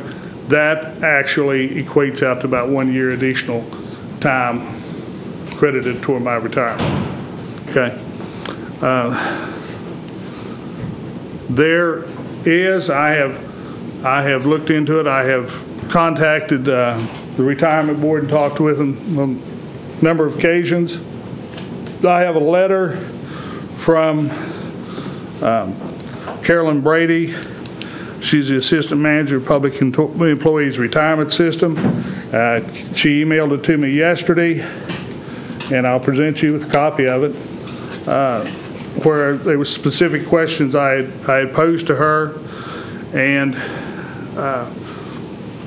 she states in highlight that we apply the balance reported from your last employer if you have been elected to use if you have elected to use your unused sick leave toward additional service time. For each 10 days equals an additional month of service of credit per West Virginia 5, 10, and 15A, and there is no cost to the employer associated with the retiree's election to apply the unused leave toward additional service credit. And I posed a question about a break-in status with different employers, and that does not affect the addition or the use of this credited time for your retirement. That is discretion of the employer, which would be you, if you recognize it to be so. I'll give you a copy of that letter that I received from her, and you can read it in whole. And I think it answers pretty well the question of a cost to the county, which there is none, and the fact that I had no break under the West Virginia PERS system. Mine continued on even though I was with the Supreme Court for a while in the city of Buchanan.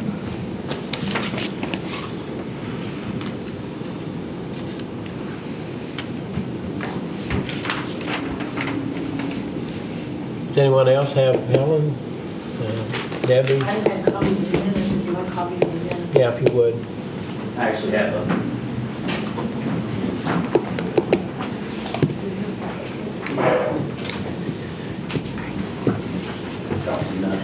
have a letter that I want to present to you as well, and I didn't run copies for all of you. I apologize.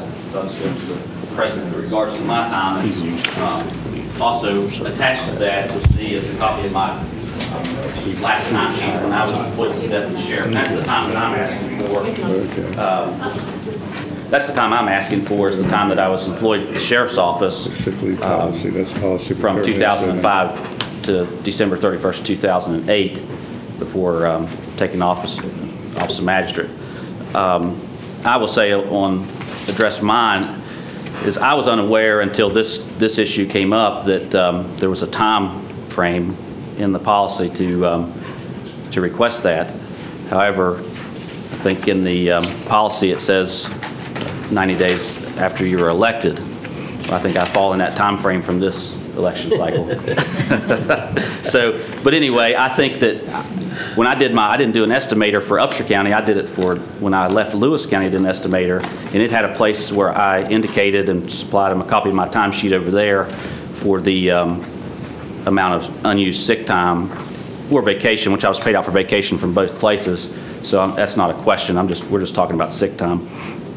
And also, I talked with Sheila Robertson of the Deputy Sheriff's Retirement System, and she told me that they're also the same thing that Chief Deputy Miller indicated to you, that there was no cost to the county or the taxpayers on that, that it was a benefit that we accrued, and it was up to you all as to whether we received that or not, as per policy. So I'm asking that, I guess my lack of knowledge, that you would honor my request motion to, at my retirement age, which will be down the road, let me use my unused sick time to enhance my retirement. Thank you. Oh, for the record, I gave notice to the sheriff that I would be going off the clock at 10:15 this morning for personal time. This is not county time, not being charged against the county. This is my personal time, be made up later today. Make that very clear to anybody that has that concern. Also, there was an issue in the policy of the 90 days. I saw it in writing. This policy was issued or came into being in 2008, February of 2008. As you're well aware, I was already in my third term as sheriff at that point. And I don't know where the 90-day, what the thinking is behind the 90 days. Well, the question, that was one of the questions, because this issue came up last week, and I tried to make some inquiries as to record keeping and trying to find documentation that would maybe indicate what the hours of leave were at a certain point in time prior to the officials being elected or assuming that position. I guess one of the questions I had is what happened statutorily by the state, or who or what promulgated the change or the limitation on the 90 days? Was that something that was mandated? 120 days. 120. No, I meant that you had 90 days in which to pull that over. I don't know where that came from. Was that something that came out of the legislature? Or Well, it might be able to answer that. No, that was something that the elected officials and the commission developed in the policy manual in January of 2008 when it was adopted. That's nothing in statute or anything like that. That's a county policy. That's a county county policy that was developed at that time. And see, I do not remember that discussion about a 90-day. So, no, you and I were not here when we were not privy to the meeting or to the information or whatever that went into that discussion. You all did receive a copy of the policy, but then, okay. Irregardless, my letter is dated January 4th. I'm within 90 days of an election, as per the policy. And I have a letter within 90 days. Okay, well, it sounds like we've got a lot of information to look over. And Ellen, did you have anything else other than submitting this that you wanted to add? And I do not recall the 90-day discussion because I would have thought that, I mean, I was one that was really asking this because it had been discussed by other officials in other counties that they were retiring and that they could use their sick leave. And I asked them, you know, how that was, and they said, if you have a policy manual, it needs to be in your manual. So, and I took the minutes. I think I would have wrote that in the minutes. I know it's very vague. I know I was looking there because Terry Beer was always really good with the minutes and stuff, but it looks like Terry Beer was not at that meeting that day. You can see who was in attendance. Do you have anything else further? Willie, do you have anything at this time? I mean, we'll look at all this information and, The other one was that, I guess here is some copies of all the policy manuals. That's how many times the policy's been changed. right. So maybe it just needs to be rewritten again. I'm working on that as we speak, as a matter of fact. So, as our last discussion, yeah, because we went over some things, November time period or something, where we were talking, and Megan and I have been working on that, and don't know if I'll have it ready for February. I hope to. With all the items that we've discussed. Terry, you want to say something? Let me just make this comment. It's my understanding that back in '07, this issue came up before the commission. Now, I wasn't there, obviously, but I think at least 3 of them here were there.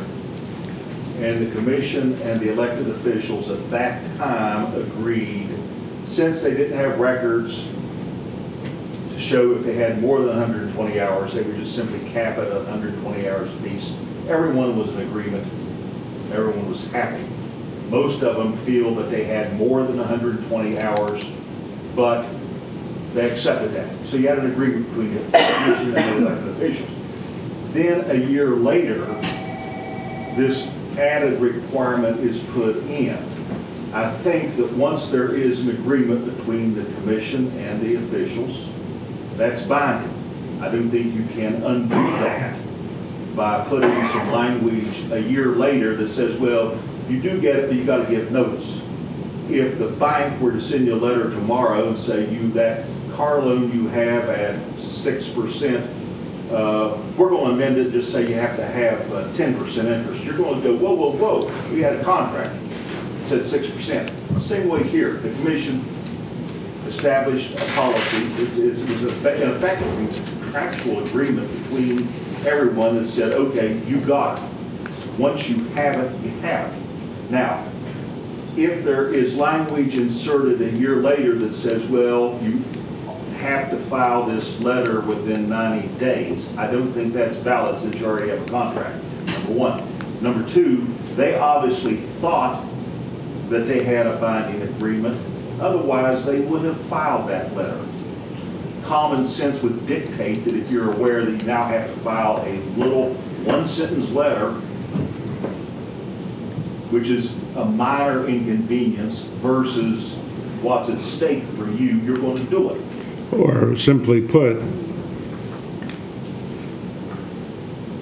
I could view that, I'm not taking a decision here, but I could view that as new policy that takes effect for people coming after I leave office. I fully agree. I fully agree with that. And I think that was the intent. And I think new people coming on, new elected officials later on that have carryover sick leave, then I think that is the policy for them. But my position would be, once you have an agreement and you say, fine, you have it, then that's the end of the discussion. One thing, just as a point, I don't know what was presented this morning. if you have minutes from a policy board or minutes from a commission meeting, which are vastly different legally. If you have a binding decision from the corporate body, Mr. Reed would be correct. If you do not have a binding decision from the corporate body, Mr. Reed is incorrect if you have a policy board minutes there and not commission minutes. Policy board is a group of elected officials. It's not a legal entity. One commissioner serves on that. The others usually attend. So that is, and that has been set from the beginning. Decisions of the policy board cannot and are not binding on the corporate body. So the decision, what we have to research, is that a corporate body decision or is that a policy board decision? Two vastly different animals, two vastly different outcomes. Well, I think the decision, if I remember correctly, was in the fall of 2007, we were working on that policy, and then it was finalized in January with the January edition of the 2008 personnel guidelines. That's my recollection. I don't care really one way or the other. It's just a matter of whether we follow the current policy as it's been interpreted at least 2 weeks ago, or do we change the policy? So it's a different decision of county commission decision or policy board decision, two totally different decisions. I don't think there's any, needs to be any change in the policy. I think the policy as Well, maybe clarification. Would be binding on people not there in '07. Now, whether this was an official meeting or what have you, I think the county needs to recognize and honor it. I mean, I hope we don't get to the point that the cynic would say, well, the commission said one thing, but they really didn't mean it. I mean, politicians have enough problems with that to begin with.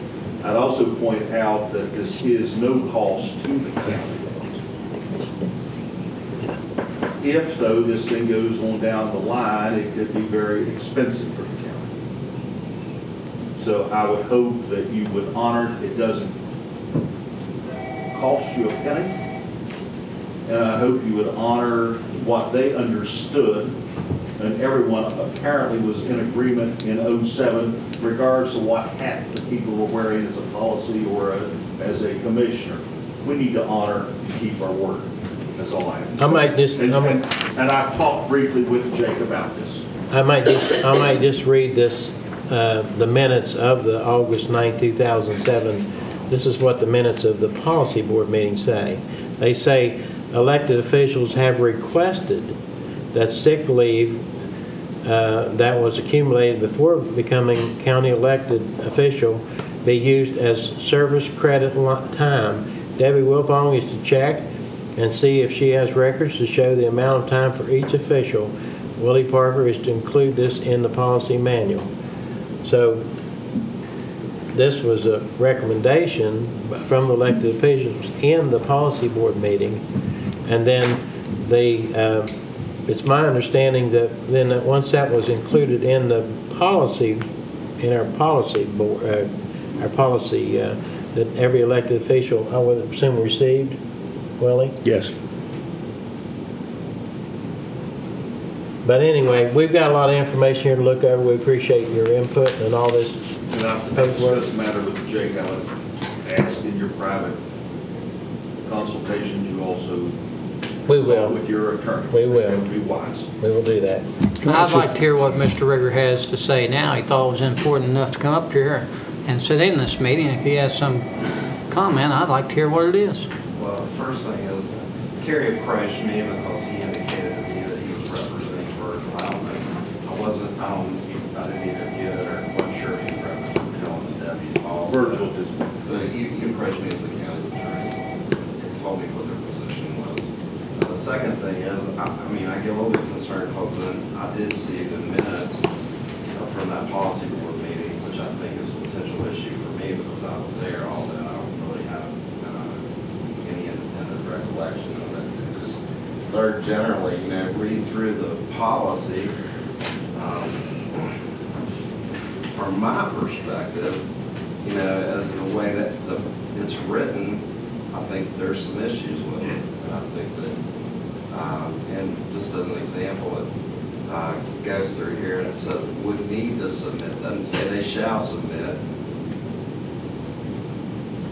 So that's that's up for interpretation. It says, also says, within 90 days of policy adoption or election, let's say whose election, all these county officials were elected at that time. It doesn't say just adoption, it says adoption or election. So I think there's some, I mean, if you're going to, I mean, my general comment would be if that's what the commission wants the policy to be, I think it needs to be reworded and made clear. Thank you, Mr. Trigger. If I can just make one final comment, I think if it's clearly an intent that they can have it, I don't think we should allow some procedural issue as far as the paperwork to overshadow what the real intent of everyone was and is. I've heard nothing mentioned today that we'll just need to abolish it and no one gets any credit under any circumstances. If we're in agreement that if they've earned it, they should be entitled to it. We shouldn't let an issue of the paperwork, form over substance, should not control. Thank you, Terry. And I would just like to ask one more question. Okay, go ahead. Each of you that, I'm not talking about the magistrate, Mike, but each of the other elected officers served in a subordinate capacity on your jobs prior to being elected. How many years did you serve as a deputy sheriff? 8 years, 8 months and 9 days. Okay. And Helen? 17 years. 17 years? 18 years. 18 years. Okay, any other questions? Okay, we thank you all very much. Thank you.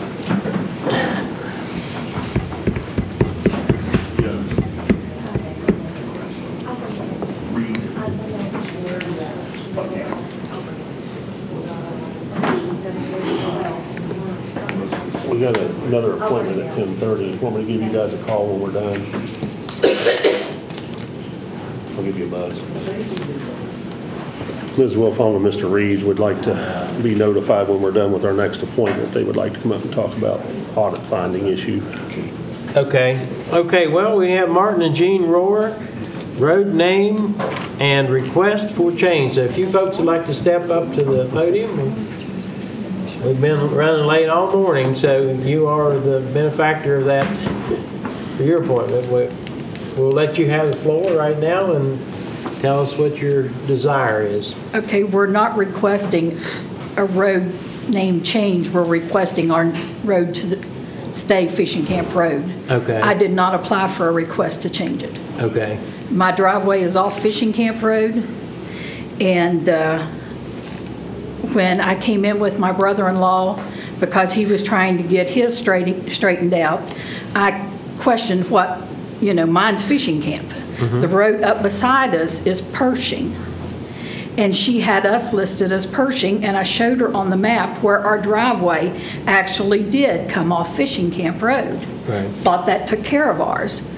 And the neighbors up behind us were older people, and they asked if we would fill out the forms for them to change their road from Pershing, because they didn't care for it, to Cattle Crossing Lane. We filled out that paperwork for them, changing Pershing Road to Cattle Crossing Lane. And we applied for a building permit in the spring of last year. When it came out, we were 29 Cattle Crossing Lane, not Fishing Camp Road.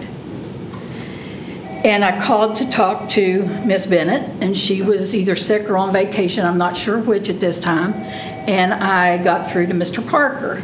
Well, let me go back a minute, whenever we were in there before, she blamed the incompetence on the girl that worked ahead of her setting this up, the mapping program. When I couldn't get a hold of her, I talked to Mr. Parker and explained the situation to him, told him she had blamed the girl before, and I told him I felt the incompetence was continuing. Well, when she came back, she called me, and she told me that I needed to fill out some more paperwork. And I told her I didn't fill out any paperwork to begin with to change my address. I didn't see why I should fill out paperwork to change it back since it was her error. Well, I got a letter from her. And in the letter, it said, I had to fill out, well, here, I'll read it to you. As I stated during our phone conversation on Wednesday, April 25th, 2012, I am willing to work with you to make the necessary changes you have requested to clarify and correct the road name request application from April 6, 2009. The first order of business will be to have the attached letter signed and returned to my office. This will remove the private driveway name Cattle Crossing Lane from the addressing and mapping project and have it available to change the private driveway name of Pershing Road once the necessary paperwork is obtained. Once I've received the enclosed signed form, I will revisit the site and reassign your structure's physical address off the fishing camp road. I have also included a proof of physical address application that you will need to complete in order for me to release this new address to you, or you can wait and obtain this information from the U.S. Postal Service. It is obvious from the accusations made and concerns expressed that your experience with the addressing and mapping project, and me in particular, has not met your expectations. I think it would be in everyone's best interest from this point forward for all of our correspondence to be handled in writing and via the USPS. We clearly have two different opinions on the order of events and what has transpired since 2009 regarding your road name requests. I will be keeping a copy of all future correspondence. I would like to thank you for your cooperation and understanding to my request. The thing I would ask for is to see the form that I filled out asking for my address to be changed to Cattle Crossing Lane. She told me I filled out the wrong form for the neighbors, and I said I filled out the one you gave me. So I want to see where I requested that my address be changed. Okay, I think to answer that question, we're going to have to turn it over to Terry Jo. Well, and just for clarification, exactly what Mrs. Rohr said is exactly why I wanted everything in writing. I don't think that I'm incompetent. I think that I've definitely proved that I'm more than competent to handle this process. And it's frustrating to me that I deal with stuff like that every single day with this project. So I just wanted that to go clear that I don't appreciate that, not one bit. And I'm tired of dealing with stuff like that every day when it comes to the address and the mapping. The form that I have, I didn't make copies, but I'll gladly let everybody see it. And there's been a number of conversations through the phone as well as in my office with Mr. and Mrs. Rohr on a number of different occasions. And this was the form that I gave her to fill out when she had told me that they were going to be requesting to have their driveway named. You can see that she is the one who filled it out, and there is a copy of the map with it.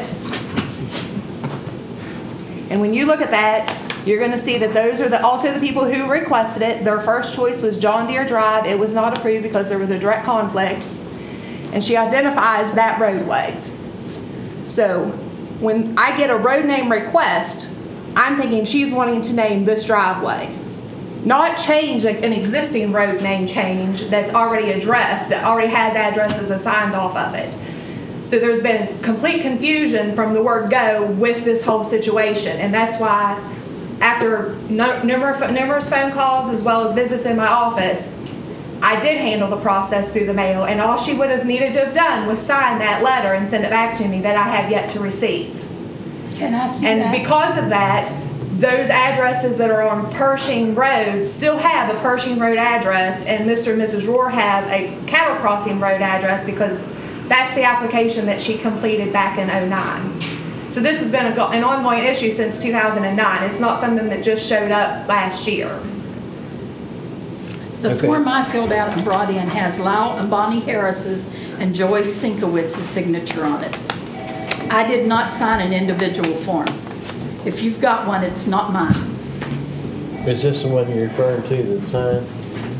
Frida Rohr, Frida J. Rohr. That's. Is this?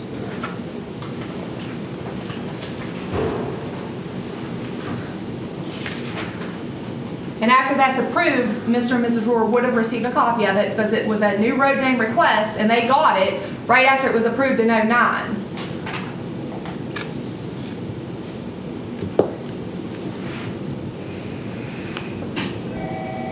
This this is the road name request petition here.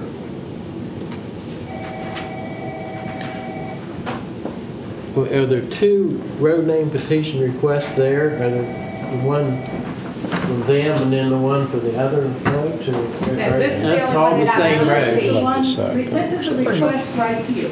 Okay. She put that I was told to fill out my name of the applicant, as the applicant, because I was filling it out for him. I mean, now, are we talking about all the same road? This is the road. Right. You and the other two live on the same road, is that what you're saying? No. No. No. Their road goes beside our driveway.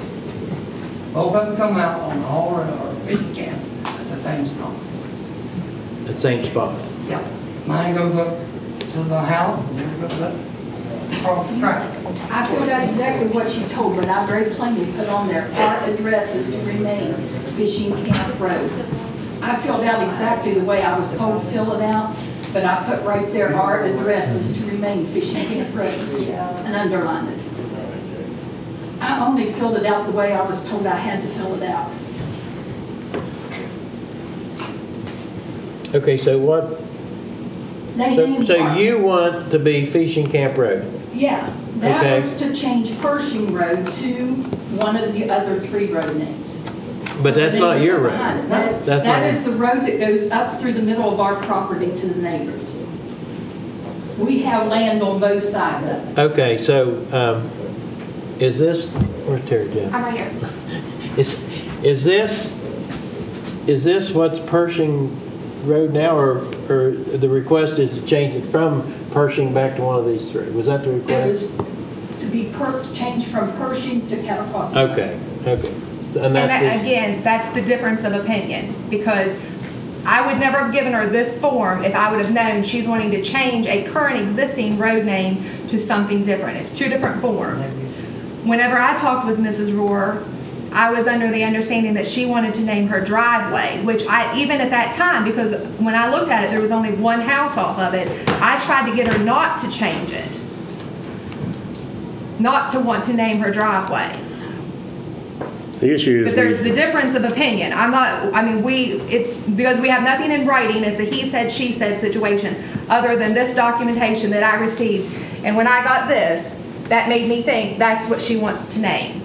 But now she's telling me that that's not at all what she wanted. She wanted to change this driveway name here to Cattle Crossing Road, or to John Deere Lane, or whatever it was. I leave her Fishing Camp.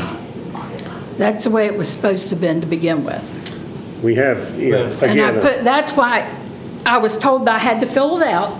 That's what she gave me. How was I to know she was supposed to give me another form? Well, I guess. I made it very plain on there that I was to remain Fishing Camp Road. Did you affix the orange magic marker line? No. Ma'am? This wasn't put by you on the. Not that I remember. Okay, because if I were looking at that in the name request, I would say that must be the road you want to Okay, change. well, I think at this point in time. well, what the do issue we is, need to- go ahead. is due to the confusion, you know, we had in 2009, April 2009, whatever led to that confusion, miscommunications, misunderstandings. You know, Ms. Bennett thought one thing, Ms. Rohr thought something else. At that point, you know, in 2009. In April of 2012, our office made the effort to change that. When Ms. Rohr contacted, I actually drove out there because I wasn't familiar with the location and found it, and which surprised me, first of all. I hadn't been down that way a whole lot.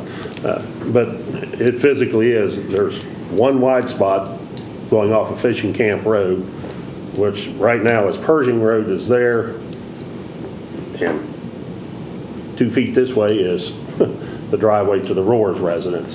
Both are off Fishing Camp Road. So I could see where there could be confusion both ways. And that's the reason we wanted to handle it in writing. And Terry Jo reviewed that letter with me before it was sent, so it had my approval to be sent. After April of 2012, Mr. and Mrs. Rohr had the opportunity before the commission implemented the moratorium on road name changes until January of 2015 The first step would have been to sign the letter releasing Cattle Crossing Road, because Ms. Bennett cannot, under the guidelines of the state and local ordinance, use that name again until it's released. So the first step was to release that road name, sign that letter, and mail it back. And then we could have proceeded with the name change. We did not get that. She could not change her records without that. With all due respect, it was not my error. It was your error, so you all should have fixed it. I shouldn't have had to fix it. I know that's your opinion. I know that's your opinion. We've had that discussion. Mrs. Bennett has a completely different opinion and a completely different viewpoint. So how can it not be her error when she gave me the wrong form? I filled it out as it said, but I wrote on there, my name, my address is to remain Fishing Camp Road. I understand, and I would respectfully request all what it would take, and it was a signature on that first letter to get the problem in April of 2012 to get this corrected. It didn't happen. That's just all that would have taken. Even if you were correct, that's all that would have taken. All would have taken was for her to have said, I made the error, let's fix it. I understand that point of view. I understand that. Let's say she would have said that, but we still need you to sign that letter. We still need that letter. Would you have signed it then? If she would have said, I agree, I made the error. She put everything on me. But if she would have said... If she'd have said, let's go to the county commission, explain the situation, and see what we can do to fix it. Is it too late for them to sign the letter now? I thought it was taken care of. Under your moratorium, that can only be changed in January of 2015. No, I couldn't contact her. That's what we're operating right now. That's the reason they're here today, because that's the moratorium we're operating under. Right. And we have numerous others that are waiting till January 2015. That we've instructed them that that's the first opportunity for change. That's the first I've heard of that. On the moratorium? Yeah. Well, that's a decision the commission made under the ordinance. It's a 2-year moratorium. Once it was complete and we just finished 26201 zip code, and the commission set that moratorium back in October to be effective January 2013, the 2-year clock to start, and it runs out in January of 2015, January 1st, 2015. That's, the reason I had to have you come today, is that we could not continue to work on this without meeting before the commission. Well, I called and asked you for a meeting. Right, yeah, but I could not do any changes. Mrs. Bennett could not, even if we 110% agreed with your viewpoint, we couldn't make any changes without commission approval.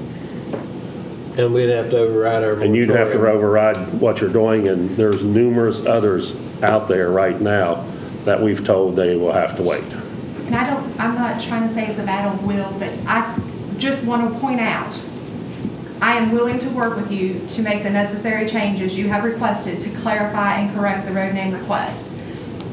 I say I'm willing to work with you to correct it. There is a mistake. I agree with you.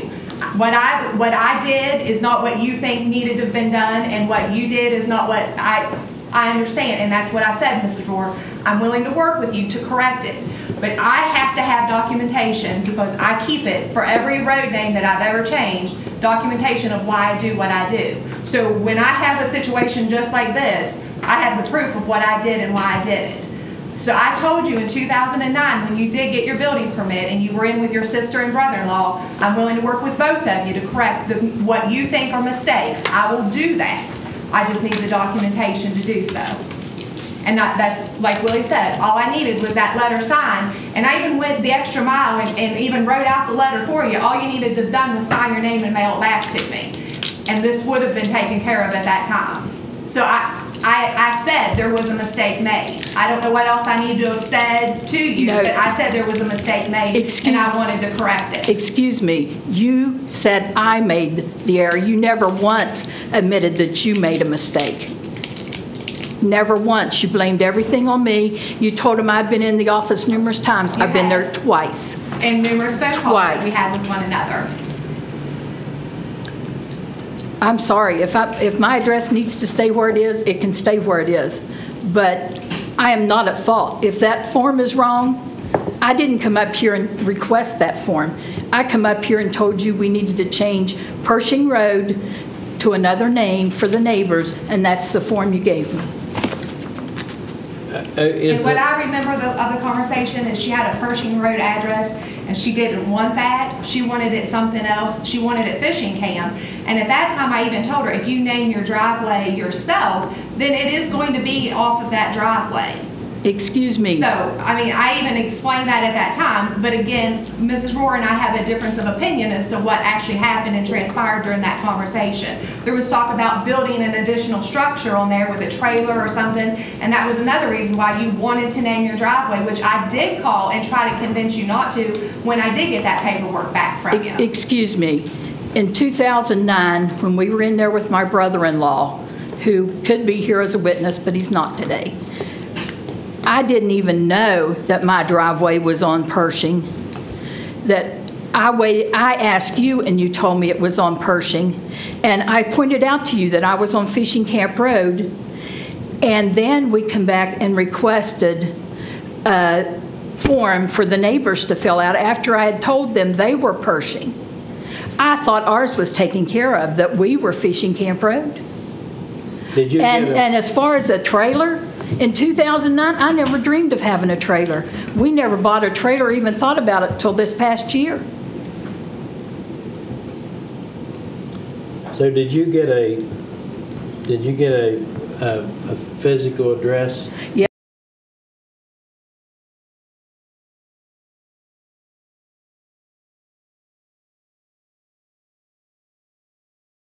Policy and procedure was followed. It wasn't, because my sister's road is Nimbus. Right. And they said my dad approved it. Right. And that's And I know that didn't why we've been adamant, and Terry Joe's adamant, that every T be crossed and every I dotted when she started, so we had the documentation to know that we followed the proper procedure, because we knew there were going to be problems in a lot of areas, because there were a lot of road names, private road names like this, that she sent the information out and said, okay, here's what you need to do to pick your road name. You need to have an agreement and all this stuff. If you don't, we're going to pick a name for you. And I don't know how many road names we had to pick. And I'm surprised we haven't, and we may have, I'm surprised we haven't had more people complained about the names we picked, but they had the opportunity to pick them, and they chose not to. But I'm saying, that's why we've required the documentation when Terry Joe started, so we didn't have issues like Pershing Road that nobody knows where the name came from. But Donnie, if she gave me the wrong form, when it came back with all those signatures on it just to change my driveway, don't you think that should have put up a flag that she could give me the wrong form? But when you're talking about the wrong form, what are we talking about? There's a road name request form Okay. to change. There's one to actually name a road that doesn't have a name on it, and then there's one to change a road name. So it's two different forms. And so the misunderstanding seems to be the fact that both of those actually come off the same place off Fishing Camp Road. Is that part of the problem? There is a divider between my driveway and the side road that goes up through. There used to be a farm fence and a gate on that old road years ago. That divider does not come all the way down to Fishing Camp, if I remember my visit correctly. Comes right down to the electric pole, right, this room. Right, yeah, the length of this room from, yeah, Right right. there, it's one. Yeah. It splits, then Yeah. up 30 or 40 Till the length of, Yeah. from here to the wall or something like that, it's all one. Right. Right. Well, and I think we had the same situation up Powell's Valley with two coming off the same. The only reason we took the fence out all the way down to the road is this way we can back down the driveway and curve and go up the side driveway Right. to the neighbors without dangerously backing out in the road. Right. You got more width there to turn and stuff. Right. Well, I guess where we're at now with the moratorium is that we just need to make sure that if you want to change it, what's the date? January 1st, 2015. 15. Then I don't know whether they need to wait till then to submit it. But it's not our fault. It's her fault, her mistake. Why should that penalize us? Well, the problem is, I mean, whether it's her mistake, your mistake, it's in. And we can't change it for you unless we've got several other people wants it changed. So if we come here and change yours, we've got 100 and some people or 1,000 people coming in here and wanting road changes. And we can't, the way I understand it, we cannot change it until January 2015. I'm not saying that she didn't make a mistake. I'm not saying you didn't make a mistake. I don't know. I wasn't in any of that correspondence. But from what I understand now, we cannot make a decision until January of 2015 if we make an exception for you. The purpose of the moratorium is that there has to be some finality so that the post office and our emergency center, 911, can coordinate the addresses to ensure that there's a fixed addressing system, at least for a 2-year period, so that this transition from the way it was to the way it is, mandated by the state legislature, can be effective. And then after a 2-year time, we can methodically, as requests come in to change, and we approve those changes, they can methodically be taken care of so that there's no confusion as to name changes or old addresses. At what expense? You're going to have to put up a road sign at my driveway. You're going to have to put up a road sign at their driveway. If I come in 2015, you're going to want me to pay for that road sign to change my address. If you have a road sign down already says cattle crossing, you're trying to do away with the other one, you wouldn't have to be getting another sign. There is no cattle crossing lane. There is no cattle. There's no sign yet. No sign yet. No. So basically we'd have to. Will there be signs put up? Well, no, private drives, no. Not private drives. That's gonna make right. 3 or 4 families change addresses. It will on the mailboxes and stuff. What the issue for the commission is, just like the Nimbus, I don't know where that came from in 2005, but we have many of those situations. I know we've had some recently with the 26201 release and where the residents, the ones that are now at least, maybe they've changed, they have no idea where that name came from and they don't like it. Well, they tried to get it changed. We tried several times for my sister when she was moving up here. But we were victim too. With my arrest, I whole street. Yeah, and because Cherry Crest Lane could get confused with Charity Fork, they couldn't have the address. But you got Peck's Run roads all over the place. So we'll just leave it as it is. It's not my mistake, but I'm not paying to have it changed. Okay, all right. Would you like for me to give Mrs. Wilfong a call? Remember, she doesn't take too long. Let's take a 5-minute recess. What do we got next? Debbie and the Okay, let's see, how much do we have here? I would take care of item 1 to get it on record. After that, it gets a little drawn out. Yeah. And boring.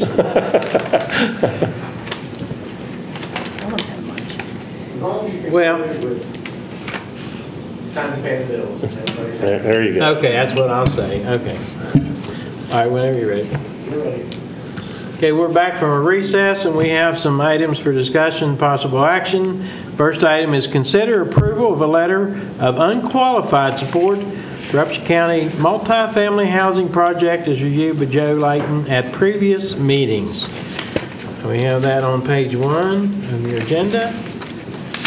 I've drafted the letter of commissioners where it is an unqualified support of the project and for the project known as Sunny Buck Gardens LP. And I did contact the Sherry Bossy, who is the senior director over this section for the West Virginia Housing Development Fund, and she indicated that if the commission so desired, this letter would be appropriate. It's strictly the commission's decision on what type of support they would offer, but. And then we received some information back from Glenville. We were requested to contact them. Wasn't that positive? Ms. Pomeroy did contact Gilmer County on the project that's getting ready to start over there. the county administrator is new and was unfamiliar with the project. One of the commissioners, I think it was Commissioner Chapman, Larry Chapman, I think, was most involved and in the project. As far as I know, everything was. Well, I think that's former Commissioner Chapman. I think he was reelected. Was he really? In January. He took office in January. He was serving as an Economic Development Authority Director. That's correct. Right, Yeah. At that time. So yeah. And then he's a commissioner now. We had been asked to do that, and we've contacted them, and we've gotten positive results back from Gilmer County. I think the information we received at the hearing last week indicates there's a need. We do have a lot of folks that earn low incomes that need some help with their housing, and I think the fact that we have probably more in Upshur County than most counties have is an indication of that, and they all seem to be pretty well full. And so at this time, I would ask for a motion that we approve this letter of unqualified support that will be sent on behalf of requests for additional multifamily housing project. Do I have a motion to that effect? I'll make that motion. I'll move to do that. And I'll second it. Okay. Any other questions or comments? I just think that hearing the testimony from Rick and Matt last time saying there was a need for low-income housing, I wish everybody didn't need low-income, but you got a lot of people out here that still tries to make a living, that works at places making minimum wage, that needs a little assistance, and I think it is good for the county. I think when Matt indicated that he had, my terminology, vouchers from the Veterans Administration for 13 individuals to find suitable housing for them, and was only able to place, I think it was 6 or 7 individuals in housing in Upshur County, that would be indicative that there is a need for placement of people as well as across the board. I concur with your comments, Buddy. So I would, I believe that there is a reason for that. Okay, so all in favor say aye. Aye. Opposed, same sign. Motion carries. At 1:30, Ms. Wilfong, as it relates to some of the audit findings we'll be discussing here later on, audit adjustments, would like to come up and discuss that, but she's not available until later. We do have invoices and other items to approve, whether you want to do that before lunch or after lunch. My recommendation is we break for lunch and recess, and then come back and take care of the invoices and issues after lunch.